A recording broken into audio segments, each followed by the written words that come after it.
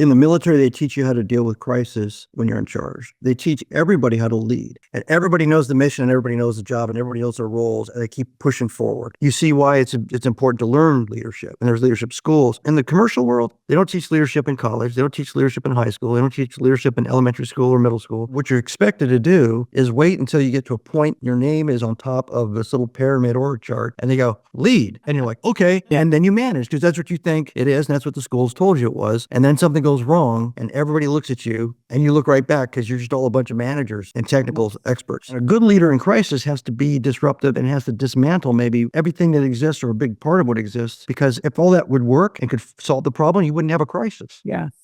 Right? Hey guys, it is Alison. I am the host of your show, Alison Answers Mission Awake. I cannot wait to sit down with you today and go over how we are going to crush the mediocrity in your life that has been plaguing our society since the beginning of time. I cannot wait to have a real deal conversation that includes intelligence, fun, excitement, and real actionable steps to make a real difference in the life that you're living now and making it into something you can be damn proud of and excited to live. Sit down, put on your damn seatbelt, and get ready for the ride of your life.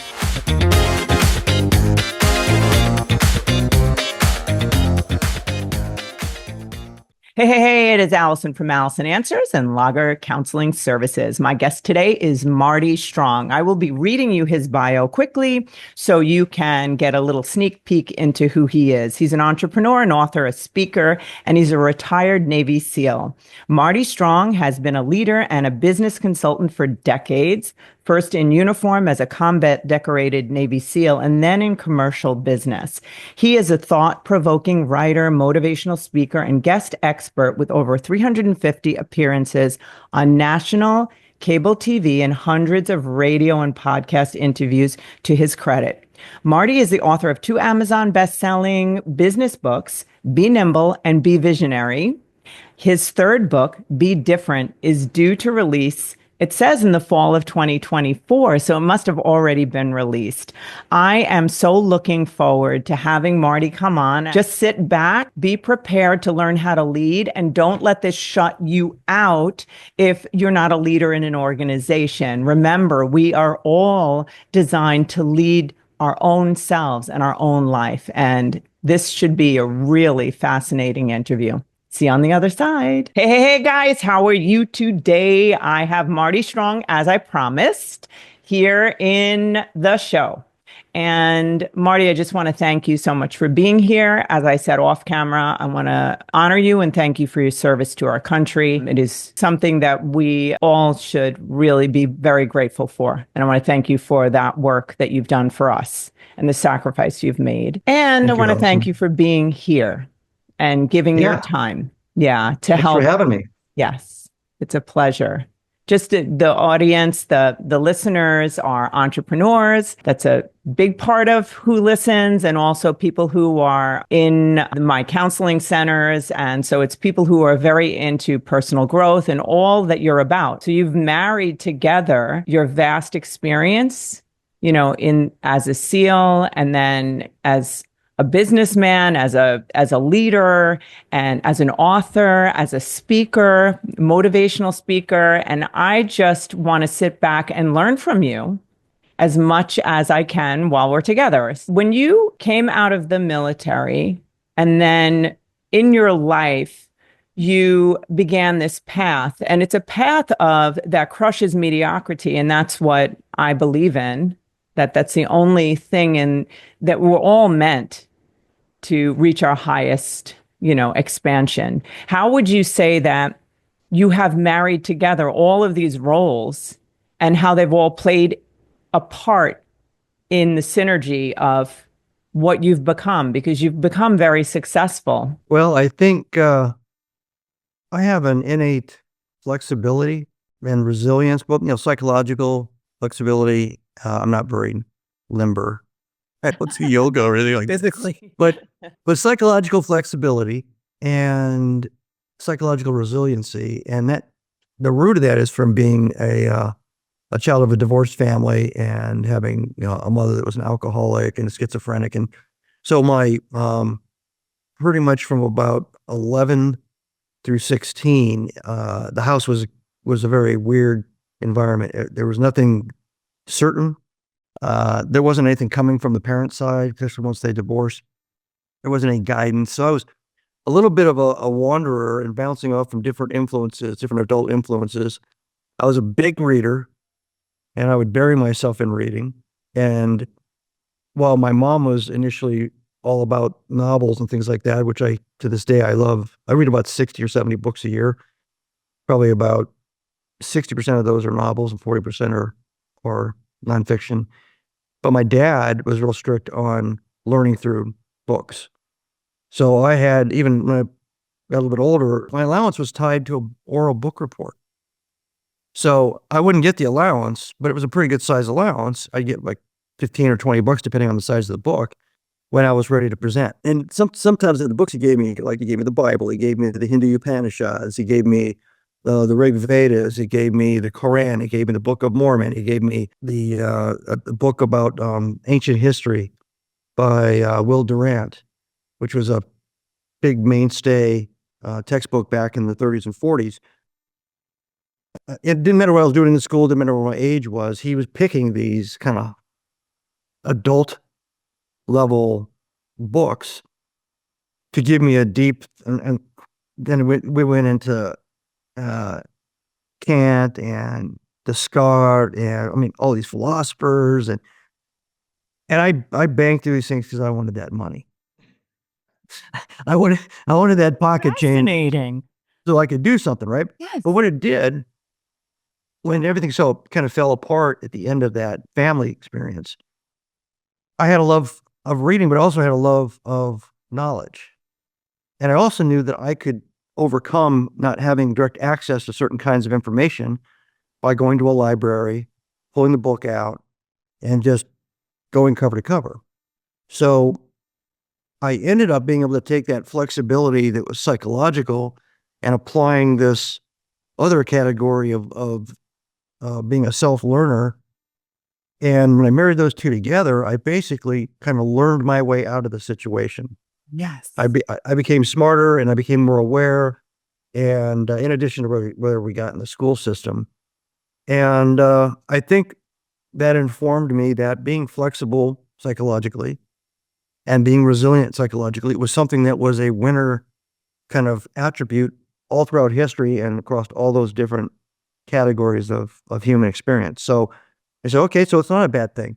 I'm cut loose a little bit, but it's also giving me freedom to range around and kind of figure things out. So that's the core start of this whole thing. That's why I am who I am today, and that's kind of the genesis of any successes I've had since then.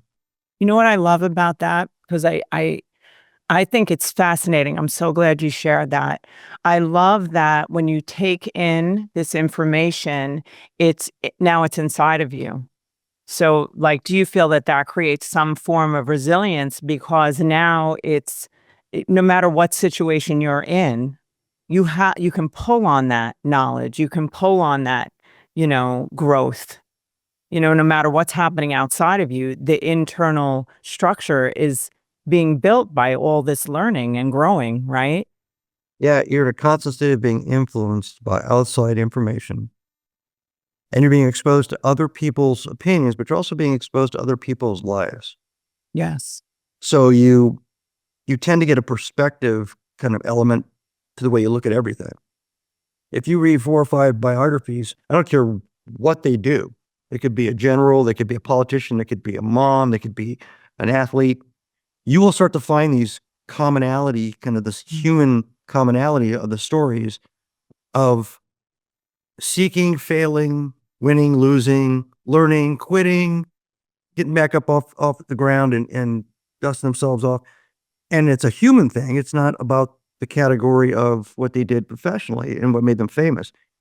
And I started seeing that and I go, okay, so everybody can do this and everybody goes through this and everybody can survive this. And there's certain tricks to that. And I was able to absorb all that without somebody sitting me down and giving me a lecture about it. That's beautiful. It's like the reading was partially parenting you, Yeah. At what point did you determine, to go into the military and choose the path that you chose, you had been doing all this studying. What made you make that decision? Was it to leave the family you were in that was not structured, or? Yes. Yes, that's usually. It was, my dad was a very old school son of a farmer in Iowa, and he believed that you go out and find your own way. He wasn't going to pay for anything. So I had a 4.0 grade point average. I was moving all over the place, so I had to keep taking extra classes. So I basically took about a fifth year of high school all in by the end of the normal time frame for high school, just packed with primary courses, no electives or anything. And I'm doing all this other stuff on the side I'm telling you about, the reading thing. So I was crushing all the tests. And my dad said, well, you can do what I did. You can join the Navy, but I'm not paying for college. And because I didn't have anybody to explain scholarships or other potential ways of going to college, I said, all right, well, I get the hell out of Nebraska because there's nothing here for me. And that's why I joined the Navy. Yes, such a common story. So the resilience and we all hear stories about the SEALs, and even just seeing what happens in the water and the swimming and the drowning potential in the SEALs. I'm just curious if you could give us like a real peek in to here's this an intellectual, really well-read human who you probably already became incredibly resilient, and then you join the military. Like what had you, do you attribute your success as a SEAL, like being able to get that far, because of the resilience you were learning at home, probably, but having to adjust to a family that was difficult, and then you could take it? Yeah. So it's binary. So I was an athlete all through high school, all through middle school and high school. And I was a swimmer and I surfed. So I was familiar with the ocean, which helps a lot when you go through the screening course initially. Kids from Nebraska that have never seen the ocean get a little bit freaked out and the California waves start rolling in, especially in the winter. So to get me through the crucible of the SEAL Buds course to become a SEAL, a brand new SEAL, that was all the things we've been talking about. And the psychological and resiliency is what gets you through something like that. We had athletes, we had high-end college athletes, we had people that were second or third in the Hawaiian Ironman triathlon, biggest triathlon in the world, that quit. So these guys came in with these incredible physical abilities, but psychologically they were fragile, and they just said, the heck with this. Because the course in the first 9 months or first 9 weeks is designed to grind you down physically with some exposure to cold water, but it's all a mental game. And I was an instructor 8 years after I was a SEAL, and went back for 2 years, and I was the leading enlisted guy in charge of that first 9 weeks. So I saw the choreography, I saw the game plan, the playbook that had been the same pretty much since the early 1960s. So that, I believe, I got through because of everything up to that point in my life. And I'm convinced that from watching, quite a few Hell Weeks and things, that those that came in with psychological resiliency from something in their lives tended to handle the stress and didn't quit, because it was a mind game to quit. It's not a mind game to be physical. And those that didn't have any of that experience or background to fall back on, 80% of them gave in to the voices in their head and left early. And 20% of them figured out, by having this conversation in their mind, that they wanted to be a SEAL so bad they were willing to overcome that discrepancy, that they hadn't had this resilience, the scar tissue kind of built up before, and they just gutted it out, and then they made it through. So it's the reason why only 75% of the Buds classes every year, there's anywhere from 3 to 4 classes a year, 75% go away. Yeah. 25% graduate. And it's been consistent. Doesn't matter how many times they try to teach people to do push-ups better or swim fast or anything, because it has nothing to do with the physical. It has to do with the mental reaction and the decisions you make while you're going through that crucible. At that point, and you were talking about being a SEAL, everything after that was all about everybody else making me a SEAL. Because you basically are standing there, you're raw material. I was 125 pounds and I was 18 and a half years old. So, and I looked like I was 13. So there was a lot of work to be done when it came to me. And you know nothing. All you've proven to that community is that you are this rare, pure raw material that they can build on. And then you just get brought into that family. They call it the brotherhood, and everybody has a vested interest in making every SEAL as good as they can be in every category, every technical ability, the team aspect of it. To the day you step out, you've got all these people trying to groom you and sharpen you and hone you and polish you and challenge you. And so that's how it is once you get into the SEAL community after you go through the screening process. Everybody is the reason why you succeed. Wow. That's so cool. Do you remember any moments? What is like hitting me as you're speaking is that this is so intense what you guys go through, but then I think about any very, very intense challenge that any of us civilians go through in our life. You can become a complete victim with one lifelong emotional response, or you can use your mental resilience to become great through that challenge, right? So, I mean, I know that I would, quit immediately if I thought I was dying and drowning. So, but in really hard situations in my life where I thought I would die, even just losing my husband, like, how am I ever going to live through this? But I knew that I had to, like, internally, I'm going to gain more than I lost somehow, some way. I'm going to use this to make a better me, right? So Right. is it related? I can't speak about being in that situation because I would give up before we jumped in the water. But I'm just curious, like in those moments, you're this little boy, you're under the water, your feet and hands are tied. Like, is that real? Yeah, true. Okay, so now you're down there. Were you Or scared? you're not supposed to stay down there. You're supposed to be bouncing up and getting there. Oh yeah, and getting right. Okay, Yeah. so If you you're were staying doing there, that. then yeah, you have a problem. Yeah, exactly. Okay, and they do save your life, obviously, right? But Yeah. yeah, so do you see that? I mean, I'm sure I know you do. The connection, like, did that make you just able to handle most things and not take them as seriously? Yeah. Well, I'll go back to my earlier comment. Unlike the Marine Corps, where they take kind of the raw material and strip them away in the beginning of boot camp and then add back the Marine Corps culture. And when they walk out, they're different people. They've got a different look at the world. They got a different look at themselves. And some people don't need their self-esteem boosted, and some people don't have any self-esteem. And so you change people when you go through the Marine Corps process. And they're changed for the rest of their life. They're usually a high quality performer, dedicated, determined, disciplined, focused, and they have a kind of a heroic framework for everything that they do, even if they're 20 years out of the Marine Corps. With us, the SEALs, it's the opposite. Whatever you show up with is what you got, and you've got to make the decision whether you're going to go through this experiment, which is all these different challenges. You mentioned one, the drown proofing. That's one element of psychology that's being tested. There's the ocean itself, because that's the place where we have to work. And Mother Nature, for those people that have never been around the ocean and the way the ocean is, it's very powerful and it's very real, and it doesn't care about you.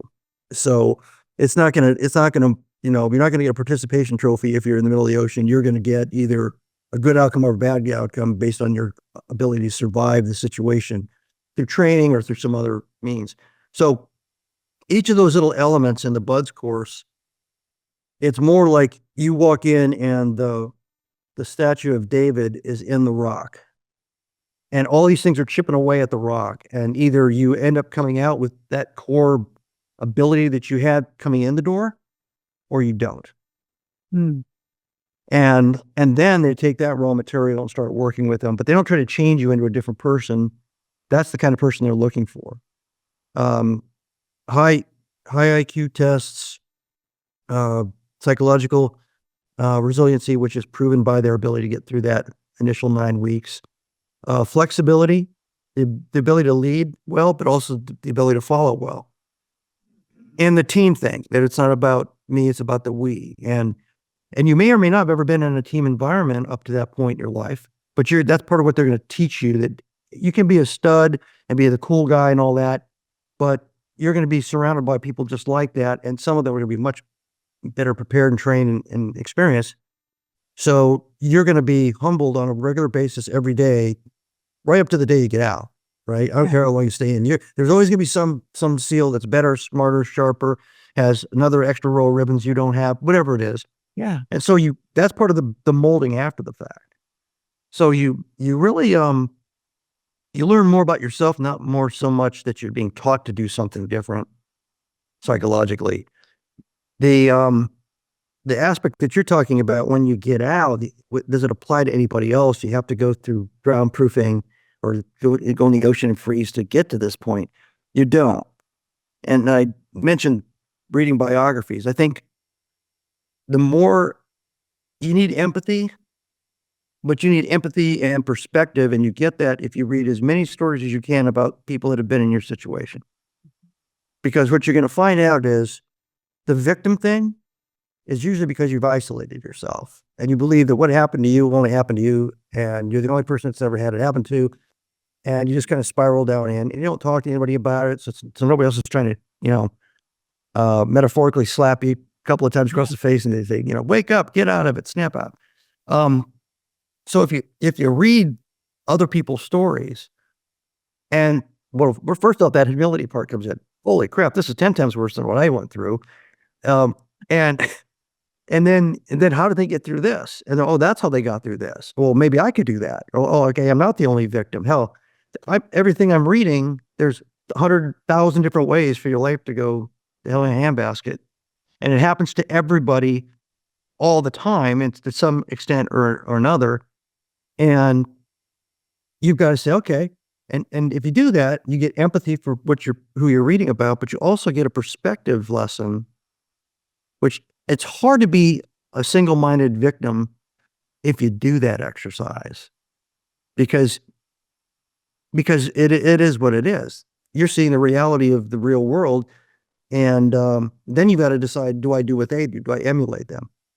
Do I get off the couch? Do I get out of bed? Do I take those steps forward? Do I, whatever it is that you want to do? And this applies to losing weight, trying to get a college degree, to changing jobs, jumping out of relationships, whatever it is. You've got to go through that same kind of perception and empathy process to kind of restart your mind and say, okay, all these things are possible. I just got to, wake up and get going. No, I'll tell you something. When I was very, very young, something dawned on me, and it was from going to, I think it kind of almost came spiritually first, but it was this just knowing suddenly that the struggle that I was in, that I could not be the only person who has felt this feeling before. I think it was almost like a message that came to me. And then just from what I do and the counseling centers I have, one of the biggest forms of recovery, and even in the 12-step program for, anything, eating disorders, any addictions, it's being in a group of people, and you hear people speak and tell their stories, and no one's, we're all the same, from the captain's table to the person who's, cleaning the toilets.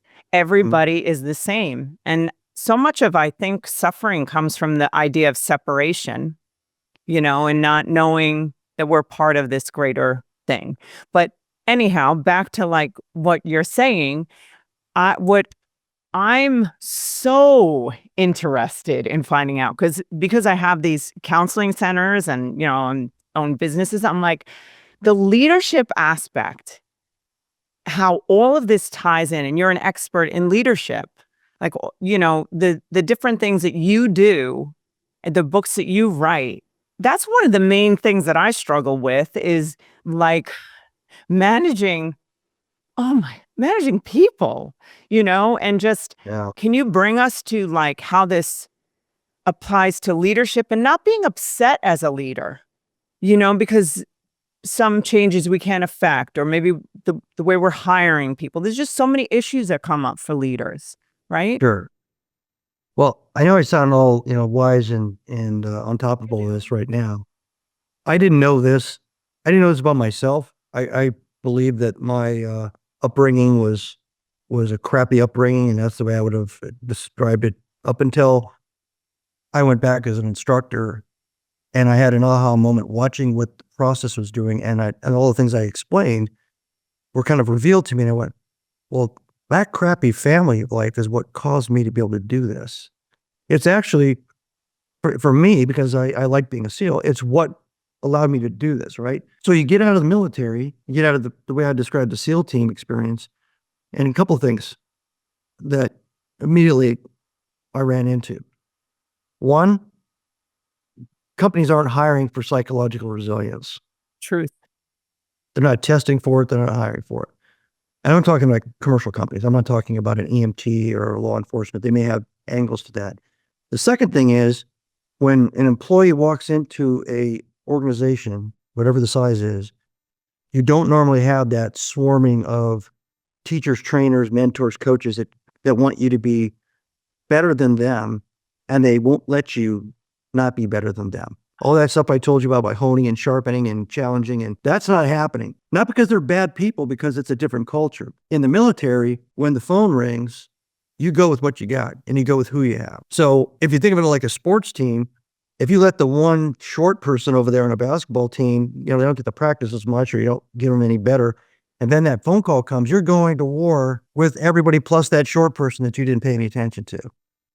And in a small unit, that could be 10% of your capability, and it could be lethal that you didn't bring that person along. So different contexts, different outcomes. And it took me a while. It took me a couple of years to figure this out, because I thought I was so ingrained in the culture. I thought this is the way you're supposed to run things. This is the way you're supposed to lead organizations. And this is the way you're supposed to follow in organizations. And it's the way you're supposed to help and communicate and train and help everybody along. And what I found was everybody was siloed. Everybody was focused on their personal objectives. Pay the bills, jump in the car at exactly 5:00 and get out of the parking lot by, 20 seconds later. Didn't matter if there was a project team sitting back there, they were overwhelmed and they were behind schedule. That's not my job. I'm not involved in that project. It's the same company, and it can actually hurt the company if they don't do something well or close a deal, whatever. Nobody cares, but a lot of times nobody knows. Nobody knows the ramifications, the consequences, the linkage.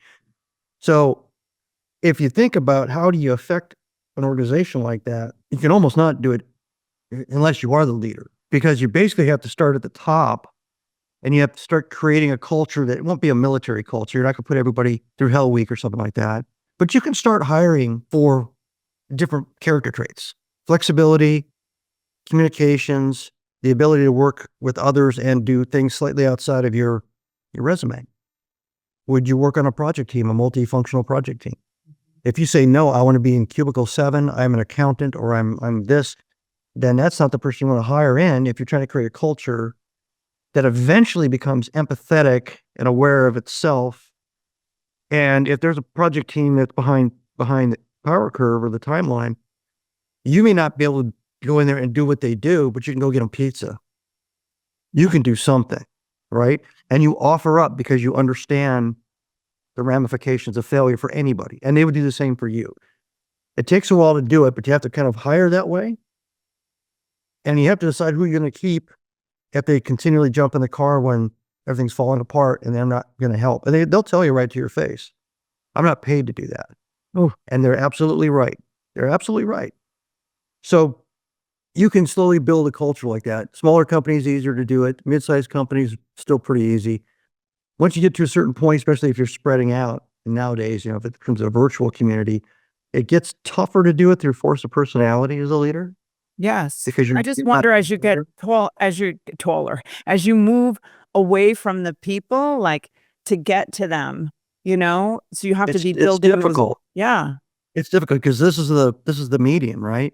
Now I can sound passionate about it, and I can get excited. I can get them fired up and everything, but they don't see me and the others as an example every day, that they realize this is what everybody's doing, and this is the social norm for this organization. So But you have to hire for that trait, and then you have to honestly exercise those traits and attributes as an organization. Invite people in to watch something that has nothing to do with their part of the job. Yeah. So that's a big part of it. The training and the mentoring and the coaching is important. And that also helps people become stronger. It gives you bench strength. It gives you organizational resiliency. You cross-train people. You help people. You take an accountant and also you learn how to price products. But before it was the people in pricing didn't talk to the accountants, but they're both numbers people in spreadsheets, right? And it can both run algorithms. They can both run modeling and say, this won't work. This will work. That price point will work. But unless you kind of bring them together and blend them a little bit, nobody knows that. And that's what I learned. It took me a while to figure out how to do it in the commercial world. And as I started in companies and then moved, and the companies got bigger, I moved into bigger companies and started growing divisions. I was very successful up to about 30 or 40 people. Yeah. Because there's a lot of personal leadership, and I had 20 years of doing that. Yeah. But then once I got put up to VP or director and CEO, now I'm dealing with a layer of people that are supposed to be doing that. And if they aren't, it's like popcorn. It might be working in this division, but it's not working at this division. And then you got the other issue of, are the leaders themselves interacting empathetically and coordinating as team members, or are they all in their little zone? So, Okay, I feel like crying right now, just be honest. So just letting you know. it's a challenge, and it's difficult. And that's why people read and write so many books on leadership, Yes. because they're trying to find the answer. Mm. And it's really about human beings and way human beings work and why they're happy when they're working a certain way. And you have to create that as a leader and then maintain and sustain that.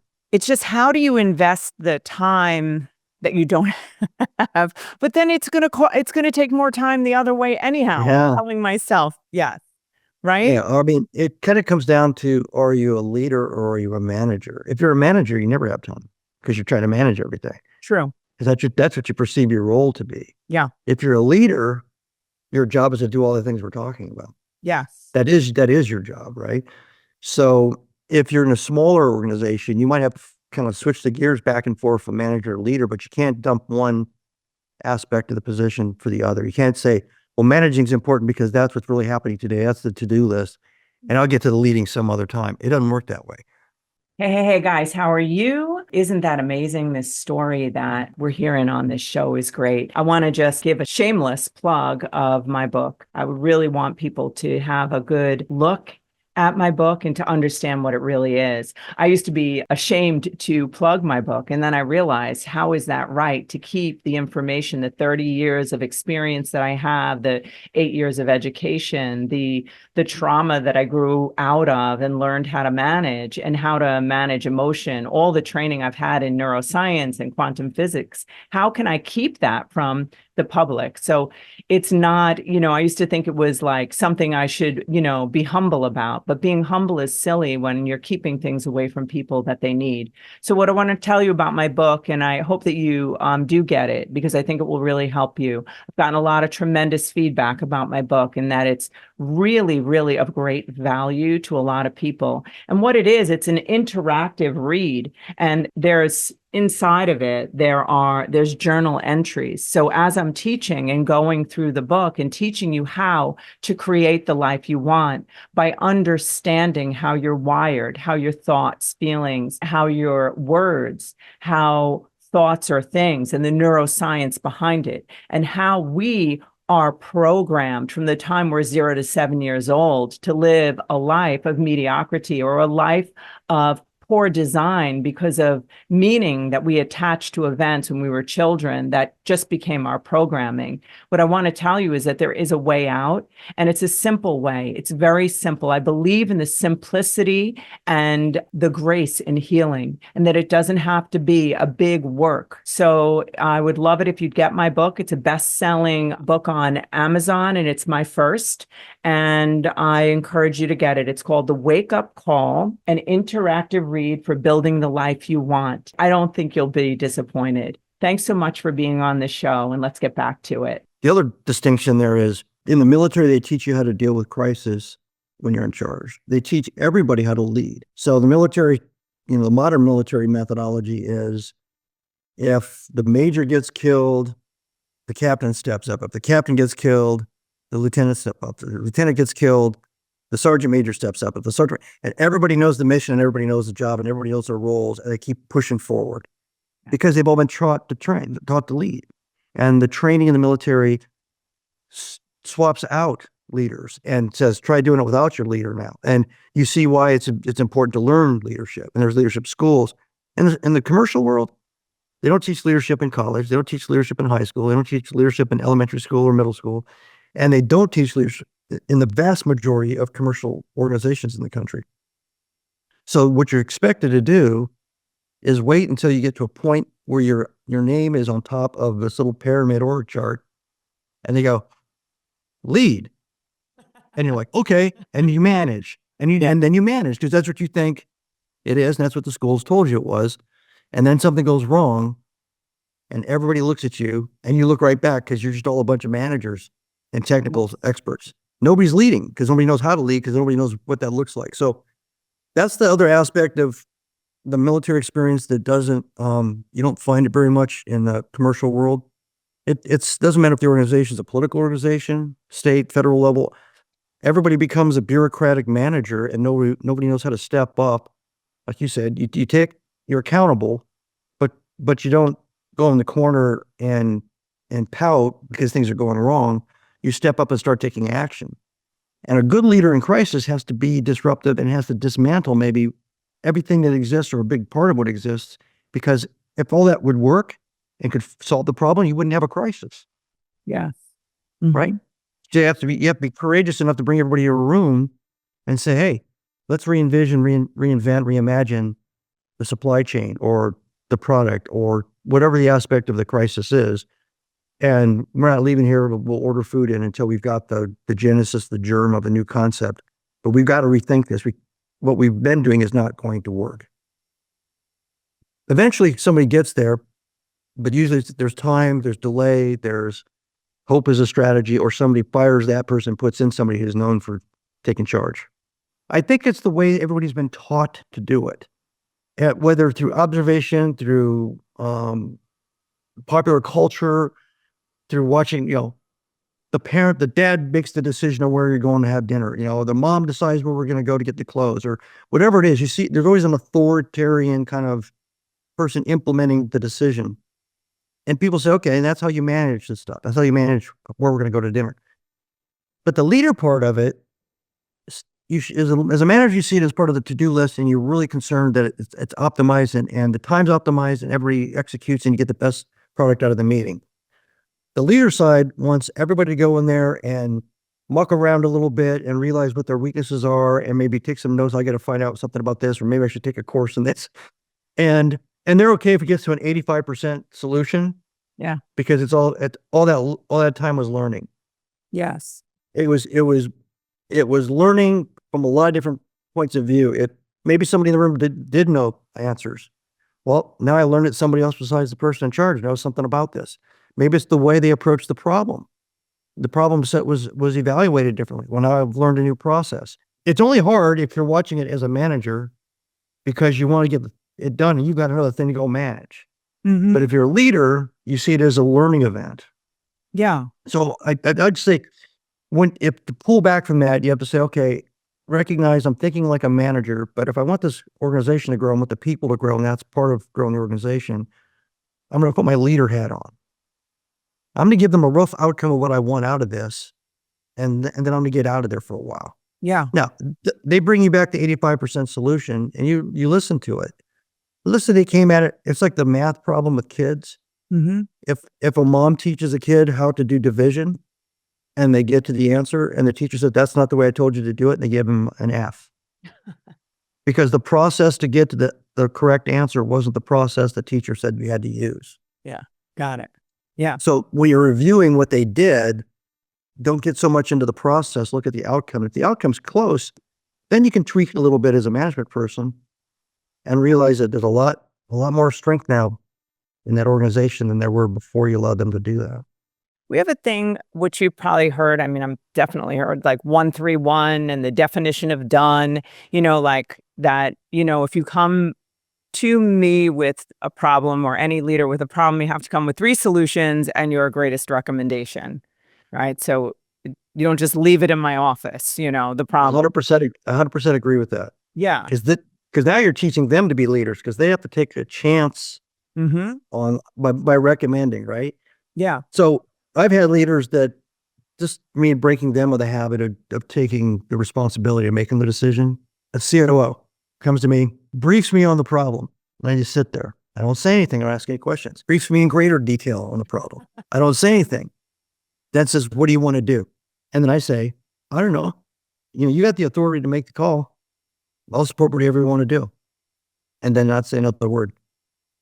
Just put the monkey right back on their back. So I've done it to guys that had the problem and then they realized the light bulb came on, but they weren't doing it to the next level and the next level. They were letting people come and dumping the entire problem set on their lap. And it's a heroic reaction. Yeah. I'll save the day because I have all this information and I'm more experienced than you and I'll take care of it. It'll take me 20 minutes to fix this. It'll take you 2 days. I'm saving time. I'm so heroic. But what you're really doing, and if problems keep cropping up in an organization, I use the fireman or the arson approach. I say, you've just described something to me, and you solved it. That's fantastic. You had to jump in. You had to jump off that lifeguard chair and solve it. But who started the fire? Who's responsible with causal analysis? Who's responsible for starting the fire? And what do you mean? Well, you put the fire out, kudos. But who started the fire? Well, and they start to think linear. Well, it's got to be one of these people. No, it's you. Because your people, your systems, your processes, and the people's training aren't capable of preventing the fire. Or if it's just smoke, putting the fire out. It got to the point where you had to heroically jump in. That means your organization is weak on all those levels I just mentioned. Yeah. That's what you should be saying. You should be saying, okay, I had to jump in here, but oh boy, I got to get everybody in a room and find out why did this happen? And let's start shoring stuff up. Let's start improving stuff. And it's just a different perspective, a different way to look at it. But unfortunately, society and organizations, they don't get into that approach. What they do is, I'm a master of black belt and Lean Six Sigma, which Of course is you really are. tough, which is really tough to do. It's really tough to get. And it applies to, production and manufacturing primarily. But the one good thing about it that helped me was I did the same thing. I would go right to the sounds of the guns. And I would try to solve it there. But really, it was a downstream or an upstream thing that happened. And then it would happen again. Then it would happen again. And then I would keep jumping in there. And people would pat me on the back and they'd say, oh, this is great. I'd maybe get a promotion. This guy's a firefighter, man. When there's a problem, when I got through the Six Sigma stuff, I realized, man, I'm the cause of the problems I've been solving. And nobody above me knows that. But now I have constructive receipt of that. And I'm like, okay, so I got to walk through these things, which is the Six Sigma thing. I've got to walk through the process. And even though somebody says step 10 is where it's falling apart, I'm going to start at step 1 and see what are the contributing aspects of this. And if I get to 10 and it's only 10, then fine. And then I start teaching everybody else to do that. Yes. And I stopped getting as many problems brought to me. Yeah. I stopped hearing the firefighter heroic stories. But see, I had to learn, I was doing the same thing wrong. And then I learned an engineering process that I was completely against my normal nature, which was to, run right in and apply what my skills were and fix the problem. But I didn't think that it was something upstream that was actually causing that eventual problem. I have a chapter in my latest book. It says stability is an illusion. And it talks a lot about how we've all been groomed and conditioned to see stability as the goal. Interesting. So our internal reaction to somebody who says, I want you to go and deconstruct the 72 steps of performance to do something. If you don't perceive that there's a crisis, you don't understand why you need to change or mess up anything. It's the old, well, if it ain't broke, Yes. why fix it?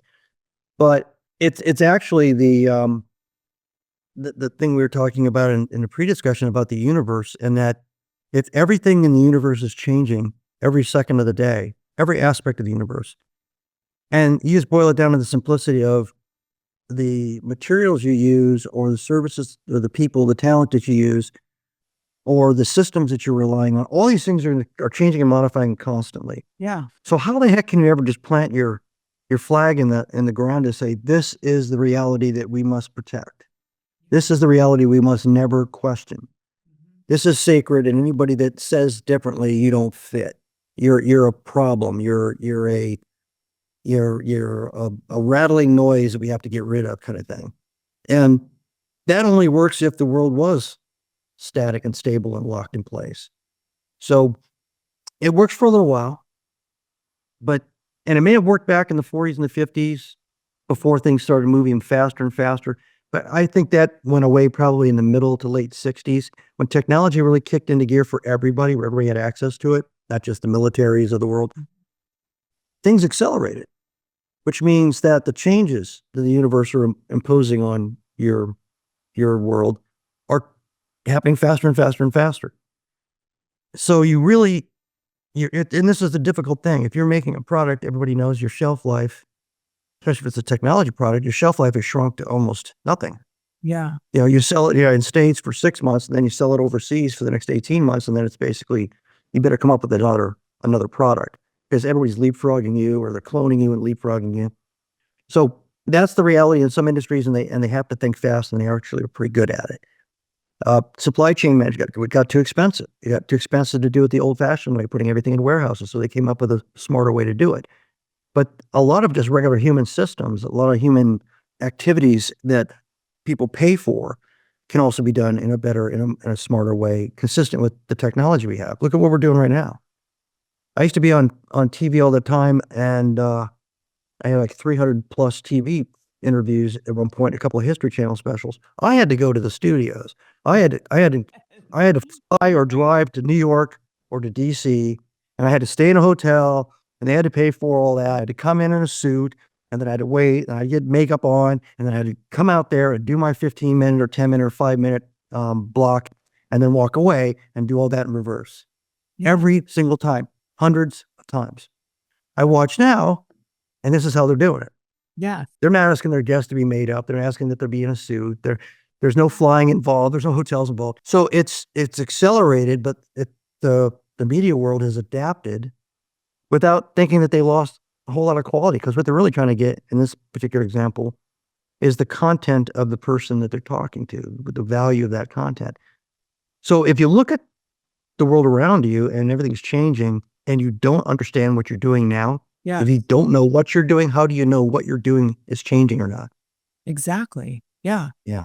How do you lead people to have this understanding, right? I mean, obviously you can say it, right? But at what point do you make a decision that, when you're looking at, okay, I'm going to mentor, teach, and develop, as a whole team, because one of our core values is a mission-driven team player, right? So let's say I'm going to do that all along, but then you continue to see someone not like come along and understand the value of these basic principles of like making sure your processes are there isn't a hole down the lane down there, and like they're going to do the tedious work.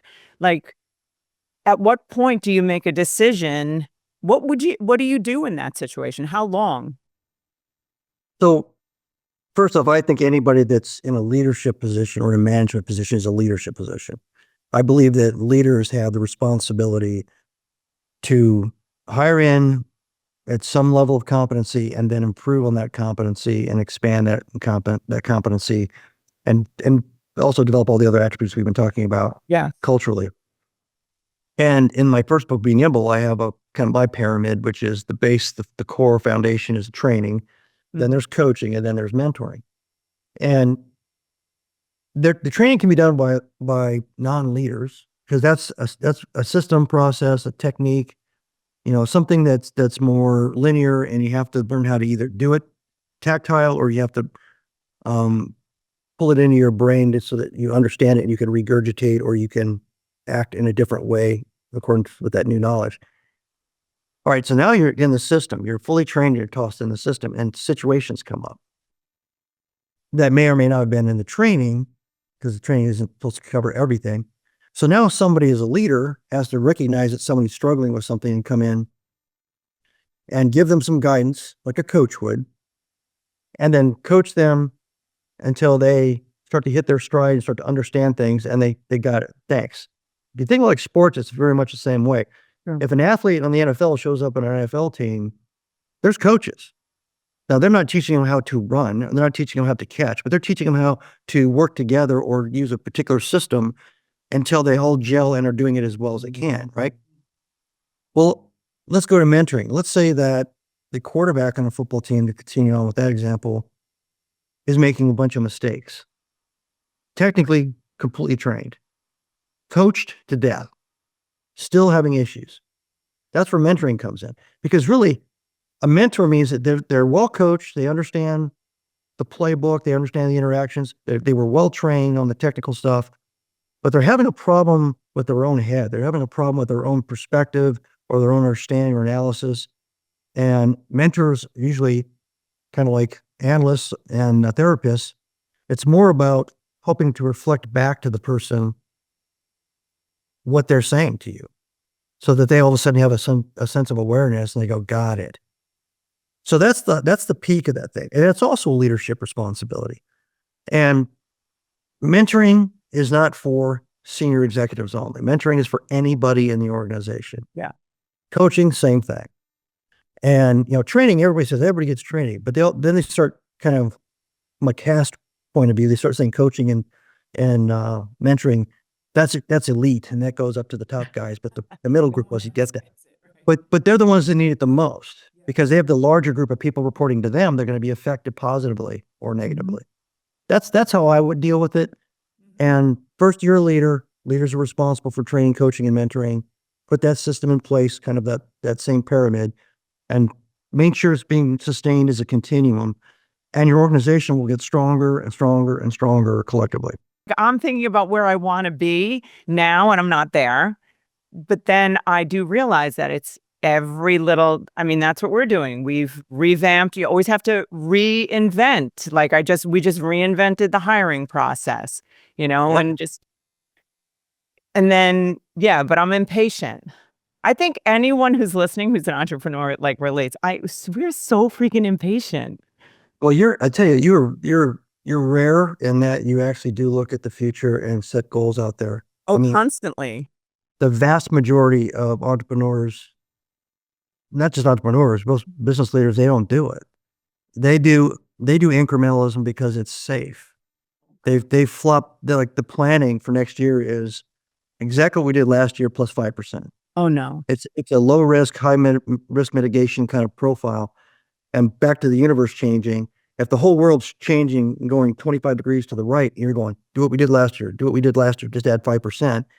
You're going to miss that move, or you're going to run right into the cliff that move was trying to avoid because you're not paying attention to the world. What do you think is the most important thing for human beings to really understand in order to, I'm going to give you a funny one, to find happiness?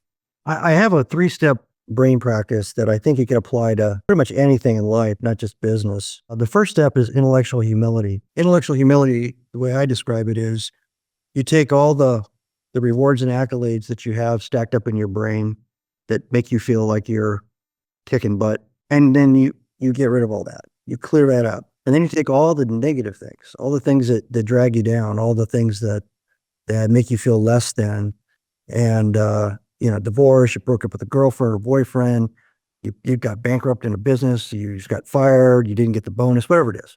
And you clear that out of your brain. Because if you don't, at any given moment when you decide to think about something or to solve a problem, that baggage is affecting the way you're addressing everything. You're either too aggressive and too arrogant because of your past successes, so you're blind to information and other insights and inputs, or you're so risk adverse because of all these other problems that you don't see the forest for the trees in that way either. So that's the first thing. Intellectually, cleanse your brain, clear it out. And what that does is that preps you for the second step, which is intellectual curiosity. And the way I describe that is you have to open the aperture.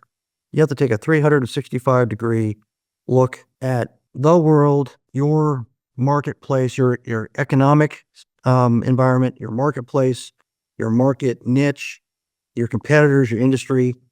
And that means you can't think of these things out and ask the questions in an elevator with the other three people that think just like you in the company.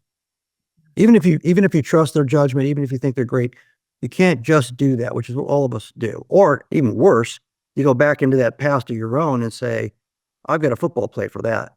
Yeah, okay, well, that was the past. And anybody that's used to watching sports, things change. Gear changes, everything changes.